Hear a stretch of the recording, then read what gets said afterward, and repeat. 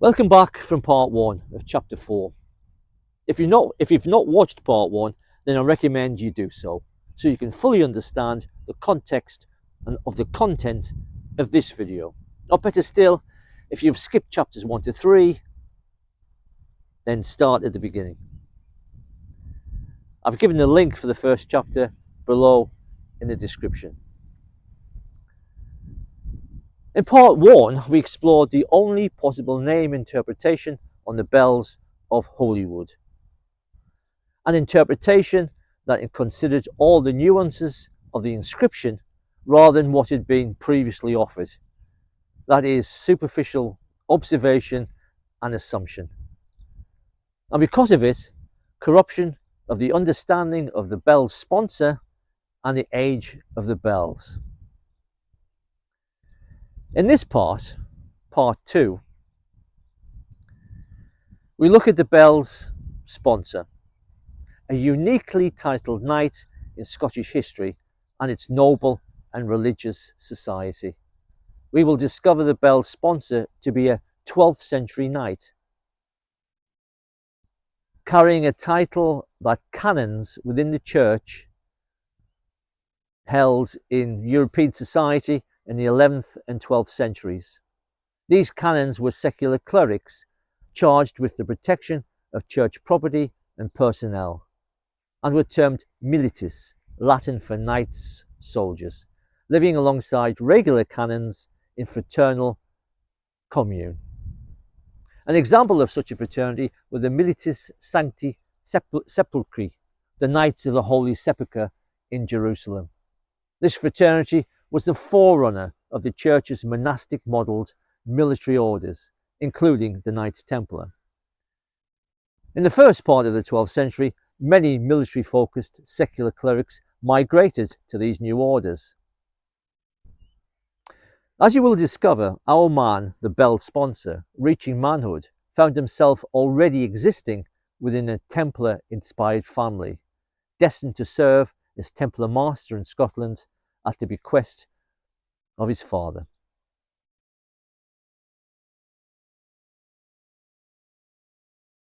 Once we had the correct interpretation of the name engraved on the bell, an interpretation that considers the nuance of each letter, we set about finding W. LeRiche in European medieval record. The LeRiche are a significant French family line entering Scotland's noble society in the 12th century with Robert LeRiche, an Anglo-French lord. Lord Robert LeRiche of Hatton and Cleveland was a companion knight to David, Prince of the Cumbrians, when David claimed the throne of Scotland in 1124. Robert had a son called William LeRiche, who was a child when his father settled his family in Midlothian in 1124 in a barony gifted to him by King David I of Scotland. However, with a LeRiche line dating back to the 7th century, there are several other individuals with the potential title W. LeRiche in European society. And as such, we had to eliminate the possibility of a French-born W. LeRiche being the sponsor of Holywood. The European search was extremely difficult and time-consuming because nobles were recorded with many alternative titles on record, so we had to include all those within the direct LeRiche lineage. Those that may have employed LeRiche is a given name, but not necessarily recorded as such on available record, but still with the first name beginning with W or V, including any French counterpart translation, all within an understanding that medieval record is very incomplete. There were other similarly titled individuals in France, and although our search could not be exhaustive, we found no one with a potential title that could plausibly be Holywood's sponsor, either because their own legend prevented them from being master of Holywood, or because of a lack of provable opportunity, or a dating anomaly, or a connection to Scotland. There was only one W. LeRiche on available record with an impeccable and confirmed connection to Scotland, and an intimate connection to the bishopric of Glasgow, the landowners of the site of Holywood in the 12th century, before the founding of Holywood Abbey. One noble who had the opportunity to establish a Scottish monastic house, providing it with its first bells, and be its spiritual lead and master over the convent for over 22 years. A knight whose brother was on record in the latter half of the 12th century holding lands at a place called Colvend, less than 19 miles from the epicentre of Holywood and its extensive estates. Land either bordering confirmed Holywood estates or more likely land gifted to Holywood from local ethnic landowners, and in turn gifted to William LeRiche's younger sibling. Whereas the name LeRiche continues in France to this day, it dies out in the 13th century in Scottish society as a noble name, replaced by other noble titles. The noble title LeRiche lost to Scotland, but surviving in common name corruptions, building from the name rich. Although LeRiche does feature on later 13th and 14th century Scottish charter, these are French individuals existing in Scottish society without a provable connection to either Scottish nobility nor the church. An individual titled William LeRiche does appear in 13th century English record, as does the name LeRiche, but their existence postdates the 12th century by some margin and without any connection to Scotland. We trawl through 400 years of Scottish and English record and charter from 1120 to 1550 to find other individuals titled W. LeRiche, and found no one else other than Robert LeRiche's son, William LeRiche, who provided any plausible or even the slightest tentative connection to Scotland. Admittedly, we were limited to available record, but it still revealed only one individual that could possibly have a connection as sponsor of Holywood. William LeRiche of Scotland was born around 1120, probably in Yorkshire, and died around 1185. He was the first son of Robert LeRiche, a lord in Midlothian and Yorkshire. Robert LeRiche was a Norman Anglo noble, son of Garin LeRiche, who was part of William the Conqueror's occupation strategy after 1066, given the strategic barony in Yorkshire, an area of strong resistance to Norman occupation. Robert LeRiche had travelled to Scotland from the court of Henry I of England with his friend, David, Prince of the Cumbrians, to take the Scottish throne in 1124, and was awarded a barony in Midlothian by the new King of the Scots, David I of Scotland. Robert LeRiche had two sons, William the eldest and Roger.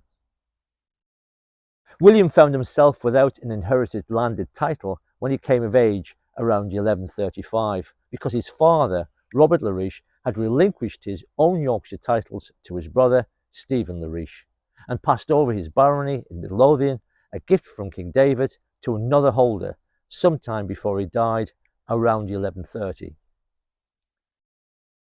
It was most likely a religious order while William was still a child.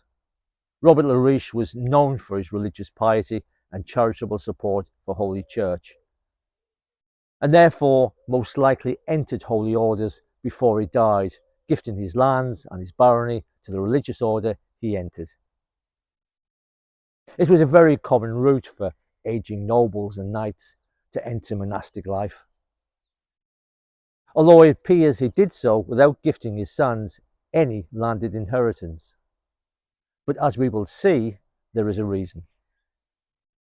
William and his brother, free of landed title, adopted the title Masculus, which would be their prime legal identifier in adulthood until charter until their deaths.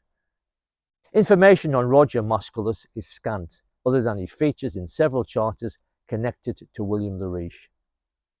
William, however, was recorded as a knight, Lord of Fowlis, repeatedly recorded on charter as such from 1140 to his death between 1180 and 1190.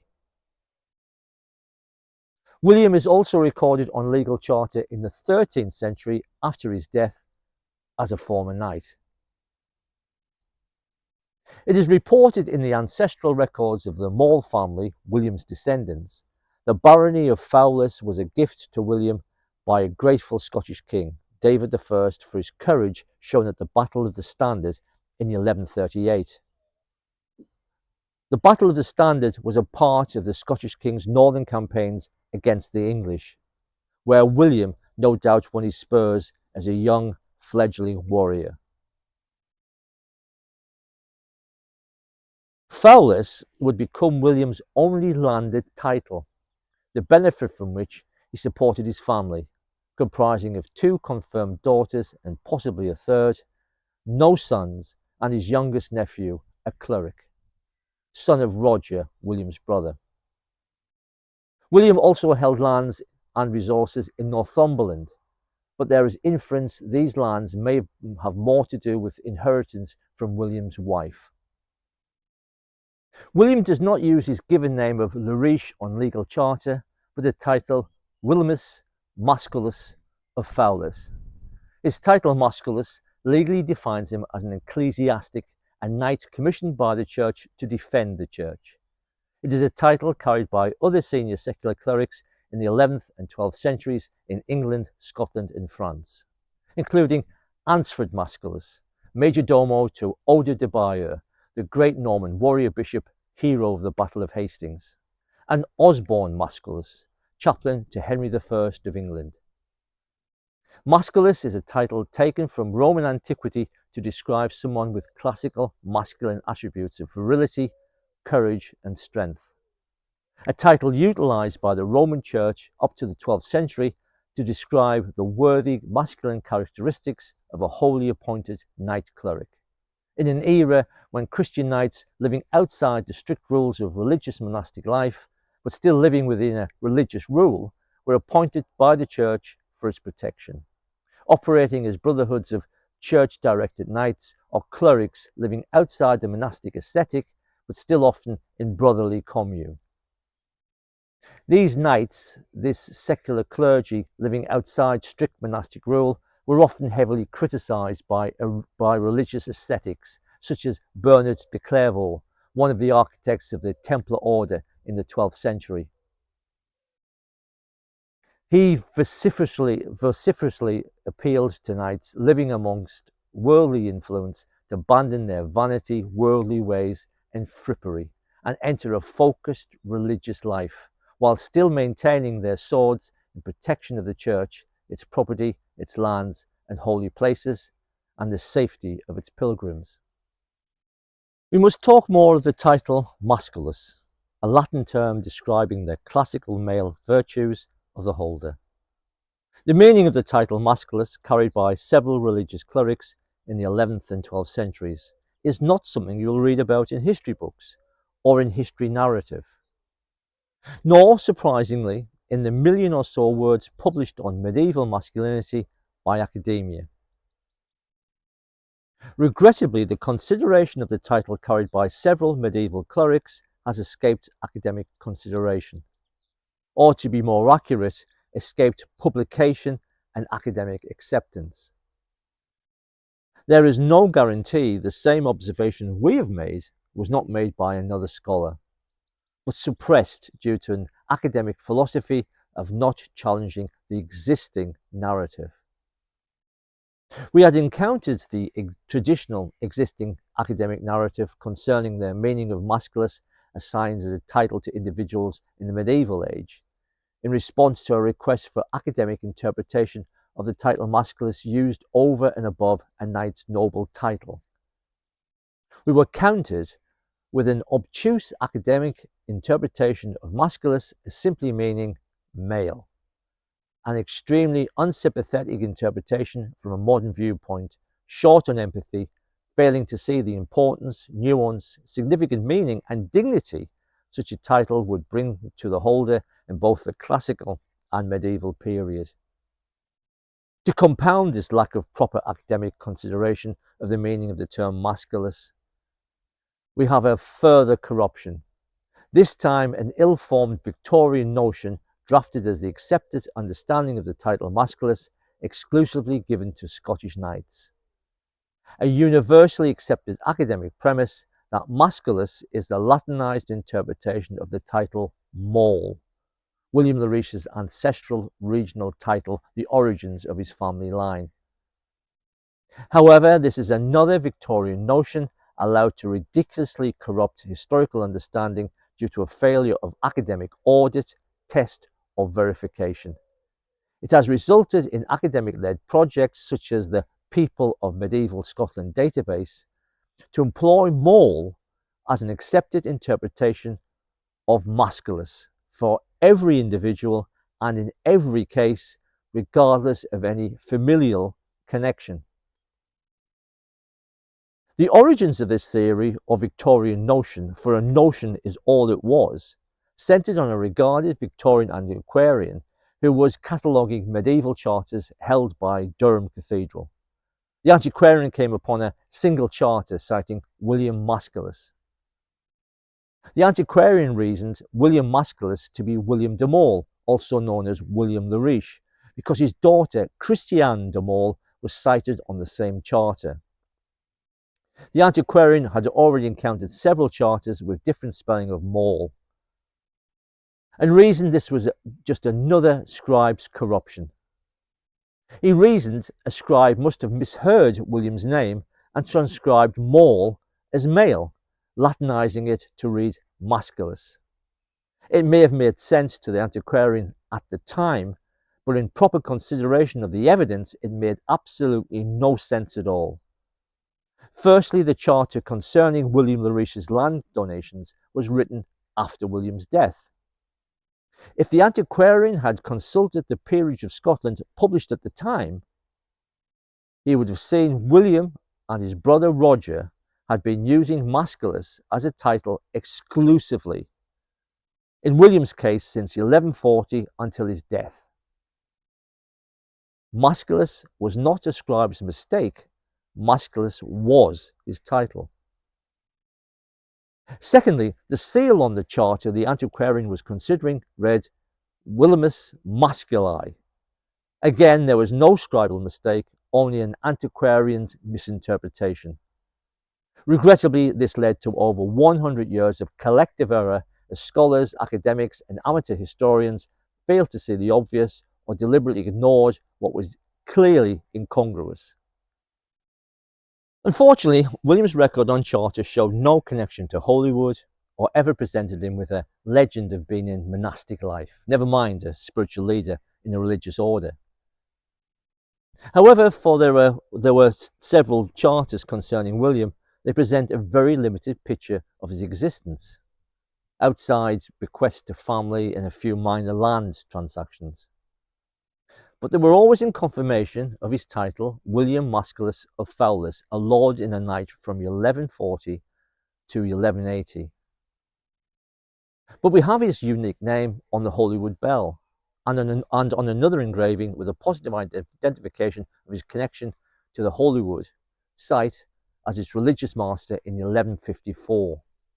And William carries a title used by secular clerics in the 11th and early 12th centuries, Masculus, revealing he is regarded as a religious focused knight, a cleric, a member of the church establishment.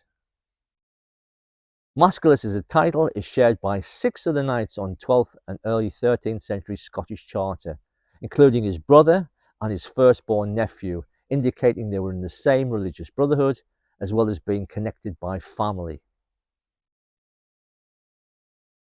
William's name engraved citing him spiritual head over the Holywood convent in 1154, that is a man in monastic life, declared as master for at least 22 years, while he is concurrently listed as a knight from 1140 to his death, is only possible, and I stress the point, is only possible if William LeRiche, recognised as a knight is a master within a religious military order.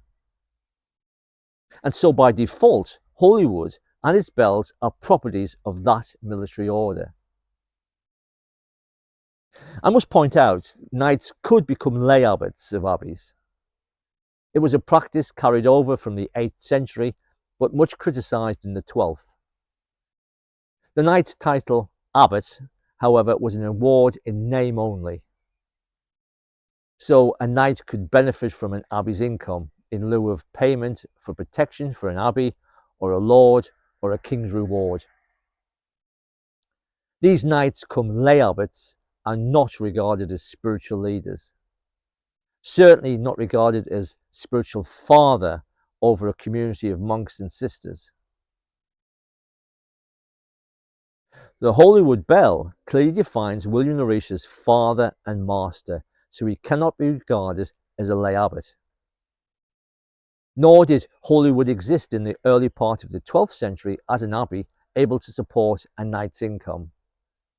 Instead, William LeRiche built Holywood, its church and its estates, and its spiritual and religious founder.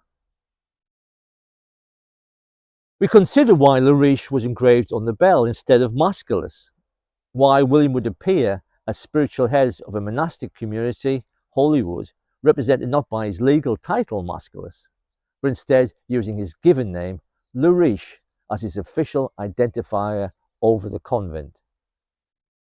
It implies perhaps masculus was an inappropriate identifier for the bell for the convent over which the bell served. We can only offer supposition. Perhaps it was because other convent members were also known by the title masculus, so LeRiche was used purely in clarification. So what do we have in summary?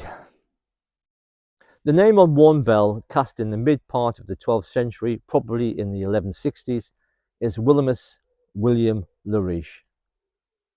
On the Holywood bell, William's religious dignity or rank is given. He is cited as the father of the Holy Convent of Sacre-Nemor or Holywood, a position he held in 1154. I stress father, not abbot. There is no evidence Holywood was founded as an abbey for a regular religious order with an abbot at its head.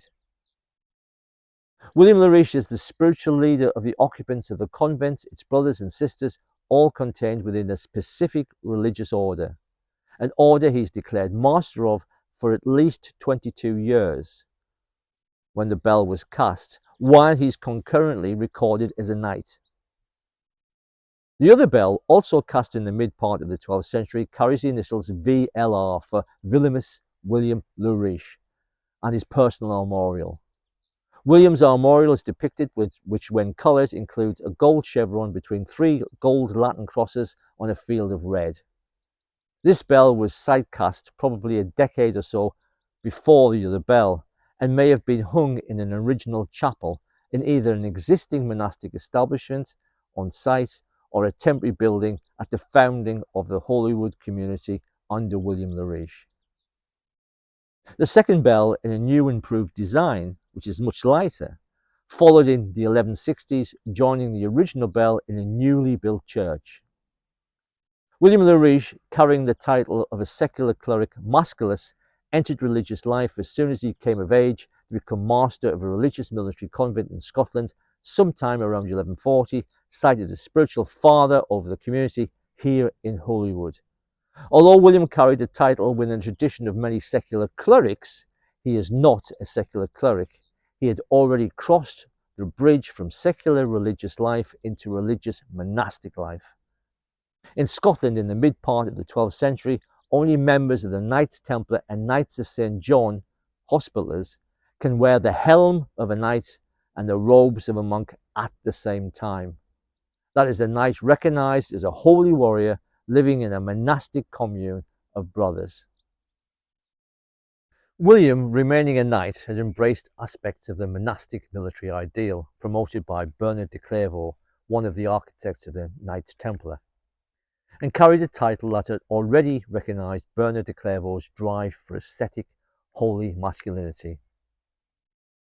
William is a Knights Templar rather than a Hospitaller because it is probable his father donated his Midlothian barony to the Templar cause soon after Hugh de Payen, the Grand Master of Templars, visited Scotland in 1128, pleading his case for the Templar cause in the East. David I of Scotland gave support, as did his nobles, supporting crusade, and Midlothian became the Templars' first and primary holding in Scotland. Therefore, it is highly likely Robert LeRiche, William's father, donated his Midlothian barony to the Templars, dedicating his whole family, his estates, and his sons to that cause. The estates immediately surrounding Holywood are recorded as Templar held in the 12th and 13th centuries and is not properly assigned to the Knights of St. John. Thus, William LeRiche, as Master of Holywood, is a Master in the Knights Templar. There was eyewitness testimony that Knights Templar, who in the 12th century were the dominant military order in Scotland, surrounded David I night and day as his moral guardians between 1128 and 1153, the date of David I's death. As such, they would have held significant standing within the King David's entourage. They would have been nobility. It followed these knights accompanying and surrounding the king would have appeared on royal charters as witnesses. William appears as a witness on several royal charters from 1140 right up to 1180. If you list all the nobility, knights and individuals that appear on royal charter identifying the repeat participants, considering them as possible members of the king's entourage, 2 individuals come to the top of the suspect list as Templars surrounding the king because of their unique titles and legends. William LeRiche and his brother Roger, both titled Masculus, both religious warriors, both with a connection to Holywood, both poor and landed title, as expected for members of the Knights Templar Order. There is no recognisable Templar tagging assigned to William or Roger Masculus, or any other knight carrying the title Masculus on 12th century Scottish medieval charter. But Templars did exist at that time, surrounding David, King of the Scots, as his guardians. Aelred of Rievaulx, a reliable contemporary source, testifies as such. But the lack of recognisable Templar labelling on Scottish charter has resulted in the fallacy there are no Templars on 12th century charter or even in Scotland at that time. This is because historians have discounted any individual from being a Templar because they are not recorded as such on legal document. It was as late as 1160 when the term Temple appeared in the few remaining charters, some 30 years after the foundation of the Templar Order in Scotland. And then it was in connection to an individual who was probably a visitor from the temple in the East rather than a locally derived Templar, because he's recorded on charter as a visitor, an onlooker, and not a participant in the charter's business as a witness. The next charter that survives with temple designation is a charter specifically concerning temple business at Ballintratok, the Knights Templar regional headquarters in Scotland, in Midlothian. The charter is some 10 years after William LeRiche's death. It cites a new master of the Templars, Ran Corbett, and although circumstantial, a Ran Masculus does exist in the same period. Regrettably, historians have not interrogated the specific role and character of knights listed on existing charters, resulting in a rather obtuse view that there are no Templars on charter, unless, that is, you read the title Masculus with a degree of insight rather than ignorance. The truth is, Templars are there on charter, but just like any member of any regular religious order, their order affiliation is hard to spot, because it is rarely recorded on document, unless it is a document specific to that order. Members of all religious orders, regardless if they were Cistercian, Augustinian, Clunic, Benedictine, etc., did not include their order affiliation on Scottish Charter. The military religious orders in Scotland were no different, a point historians focused on Scottish Templar history seem to have overlooked.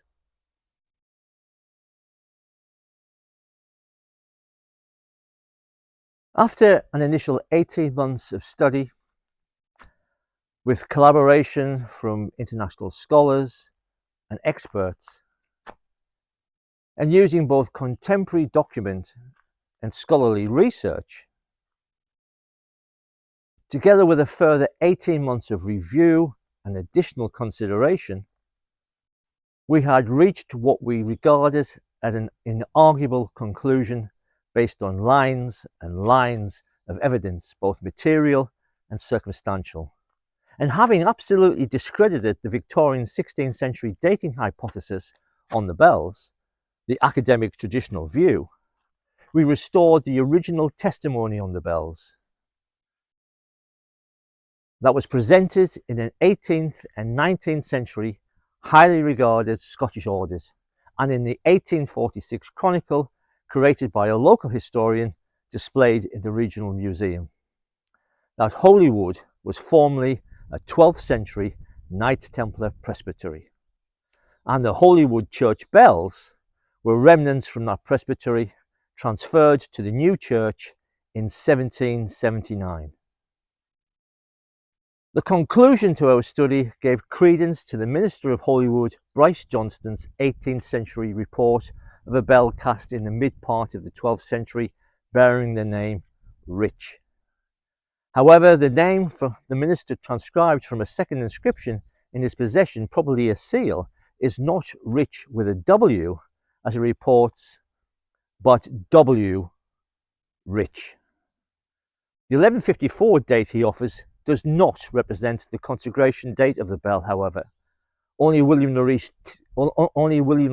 tenure as father of the convent. It is probable the bell was cast in the 1160s for a new church built around a decade after the Holywood convent was founded or occupied. Along the way, we debunked other Victorian theory which had become the foundation of academic understanding, including the misrepresentation of the bell sponsor's title, Masculus, and the notion that it formed the academic record of the first known occupants of Holywood Abbey. All these Victorian theories were without logic or research, indefensible theories that should have been checked and corrected 100 years ago in academic audit before they corrupted 100 years of understanding of the site. A failure that led the Church of Scotland to throw tens of millions of pounds away due to negligent misunderstanding and disinterest in the Holywood bells. Our report lays out all the evidence, discussion and elimination for your information and consideration, including deliberation, more evidence and issues too involved for this video. There will be subsequent revisions to our archaeological report. In fact, in review, the report is already doubled in size, ensuring we consider and counter any assertion and misinformation designed purely to denigrate the discovery for no other reason than prejudiced denial, particularly by those who employ their status and qualification to award any misleading counter-opinion artificial credibility. We have another 60,000 words of research and data, and it's constantly increasing as more information is made available, either through request or debate and challenge, which is not so far included in our report because it merely reinforces aspects that are already solidly understood, and as such this supplementary data adds only marginal benefit. I recommend you interrogate all the evidence for yourself. The report is free to download from our website in the link below. It was clear there had been a lack of scholarly focus or research on the establishment of the Knights Templar in Scotland, so a truancy of understanding was to be expected. In a way that was reassuring for us, because we would not be standing on any scholar's toes. If there had been focus, and 20th century scholars had sought out a wider record, greater empathetic understanding and consideration, rather than rely on cherry-picked Victorian publication, the history of the site of Holywood would have been built on its 18th century understanding, rather than fictitious and spurious Victorian theory. And more importantly, for my wife and I, we would not be in conflict with a delinquent Scottish heritage sector with its eyes shut to the truth. A barrister who was helping us with our case in 2022 stated if we had presented our evidence for judicial review, accusing William and Roger Masculus as being Knights Templar, they would have been found guilty. So compelling was the evidence against them. But over it all, we found an understanding that we could not escape from, even though we wanted to, even though we rechecked and challenged and revisited all the work we'd carried out, hoping we were wrong, so we could call it a day. But we could not record our conclusions as probable, but as inarguable. We were not excited nor pleased, because it changed everything. Took away our quiet enjoyment, anonymity, simplicity, and our plans.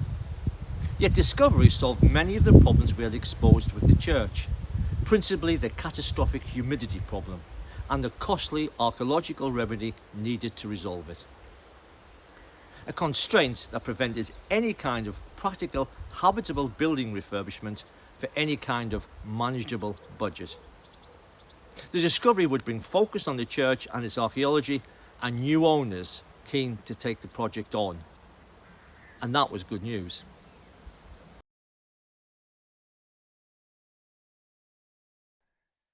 In the next video, given in the link below, I present the bizarre reaction to our investigation and discovery. Not from those outside the heritage establishment, all who commended our investigation, but those inside the heritage establishment. They retreated from a discovery they could not dispute, choosing to avoid it instead. Despite what we offered in terms of quality was a world apart from the hypothesis that had formed the historic property record of Holywood. Yet instead of support or constructive challenge, we encountered behaviour we never imagined. The only reason why this discovery, this good news, is not plastered all over the legacy news or social media is because the establishment, that is academia, the Scottish heritage sector, the local authority and the Scottish government, are avoiding authentication of the discovery. Not because they have proof to discount it or do not believe it, but because the discovery is too uncomfortable for them to acknowledge.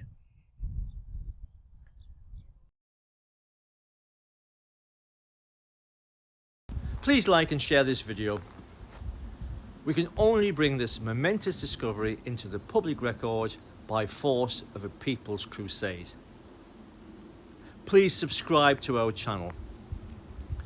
Help us get views and interaction. Help us find good people to help protect our history and our legacy. Register and read about our campaign on our website. Sign our petition. Engage with us if you think you can help or want to help. If you disagree with our evidence, we will bring the debate and your evidenced argument to future videos. And in the meantime, please buy me a coffee in the link below, or buy our book given in the link on our website. I stress we are campaigning to bring the world's only significant provenance Knights Templar artifacts into public recognition, and in doing so preserve the church here at Holywood and keep our history safe from the negligence of the Scottish heritage establishment and academia. See you next time.